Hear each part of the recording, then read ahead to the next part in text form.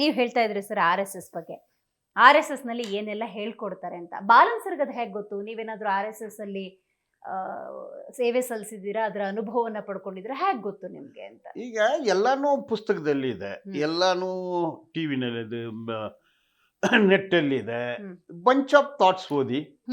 V hour nationhood ಅನ್ನೋ ಒಂದು ಪುಸ್ತಕ, ಅದು ಆಕ್ಚುಲಿ ಗೋಲ್ವಾರ್ಕರ್ ಬರ್ದಿದ್ದ ಅಥವಾ ಕೋಟ್ಸೆ ಸಾರಿ ಸಾವರ್ಕರ್ ಅವರ ಅಣ್ಣ ಬರ್ದಿದ್ದ ಅನ್ನೋದೇ GD ಸಾವರ್ಕರ್ ಬರ್ದಿದ್ದ ಅನ್ನೋದು ಡೌಟು. ಇದನ್ನ ಮೀಮಾಂಸಾ ಅನ್ನೋ ಒಂದು ಹೆಸರಲ್ಲಿ ಮರಾಠಿನಲ್ಲಿ ಬರ್ದಿದ್ದನ್ನ ಗೋಲ್ವಾರ್ಕರ್ ಅದನ್ನ ಹಿಂದಿನಲ್ಲಿ ಟ್ರಾನ್ಸ್ಲೇಟ್ ಮಾಡಿದ್ದಾರೆ. ಆ ಪುಸ್ತಕ ಓದಿದೆಲ್ಲ ಇದೆ ಅಲ್ಲಿ.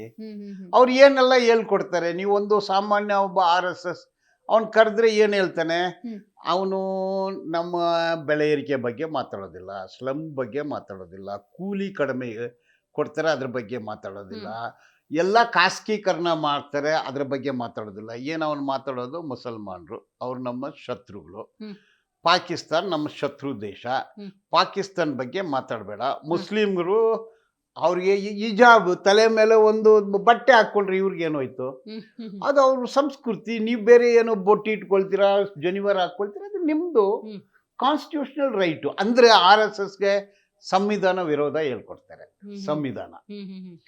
ಸಂವಿಧಾನಕ್ಕೆ ವಿರೋಧ, ಸಮಾನತೆಗೆ ವಿರೋಧ, ಹಕ್ಕುಗಳಿಗೆ ವಿರೋಧ, ಇದನ್ನೇ ಹೇಳ್ಕೊಡ್ತಾರೆ. ಹಾಗಾದ್ರೆ ಕ್ಯಾಬಿನೆಟ್ ಅಲ್ಲಿ ಮೀಟಿಂಗ್ ಆಗಿ ಫೈನಲ್ ಡಿಸಿಷನ್ ತಗೊಂಡಿದ್ದು ಎಲ್ಲಾ ಸಂಘ ಸಂಸ್ಥೆಗಳು ನೀವೇನೇ ಕಾರ್ಯಕ್ರಮ ಮಾಡ್ಬೇಕು ಅನ್ನೋದಾದ್ರೆ ಅನುಮತಿ ತಗೊಳ್ಳಿ ಅಂತ ಹೇಳಿದ್ದು.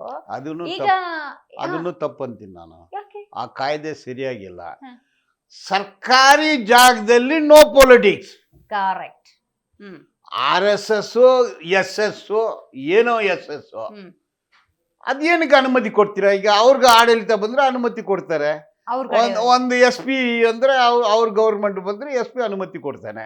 ಅನುಮತಿ ತಗೊಂಡು ಸಂವಿಧಾನ ಸರಿ ಇಲ್ಲ, ದೇಶ ಸರಿ ಇಲ್ಲ, ಅಲ್ಪಸಂಖ್ಯಾತರು ಸರಿ ಇಲ್ಲ, ಸ್ಲಮ್ಗೆ ಏನೋ ಕೊಡೋ ಅವಶ್ಯಕತೆ ಇಲ್ಲ, ದೇಶನೇ ಮಾರ್ಬಿಡ್ಬೋದು. ಅದರಿಂದ ಸರ್ಕಾರಿ ಜಾಗದಲ್ಲಿ ನೋ RSS, ಸರ್ಕಾರಿ ಜಾಗದಲ್ಲಿ ಮುಜರಾಯಿ ಇಲಾಖೆಯಲ್ಲಿ ನೋ RSS, ಸ್ಕೂಲು ಕಾಲೇಜು ಇಂಥ ಇದು ಪಾಯ್ಸನ್, ವಿಷವ ಬೀಜವನ್ನು ಹಾಕ್ತಾರೆ.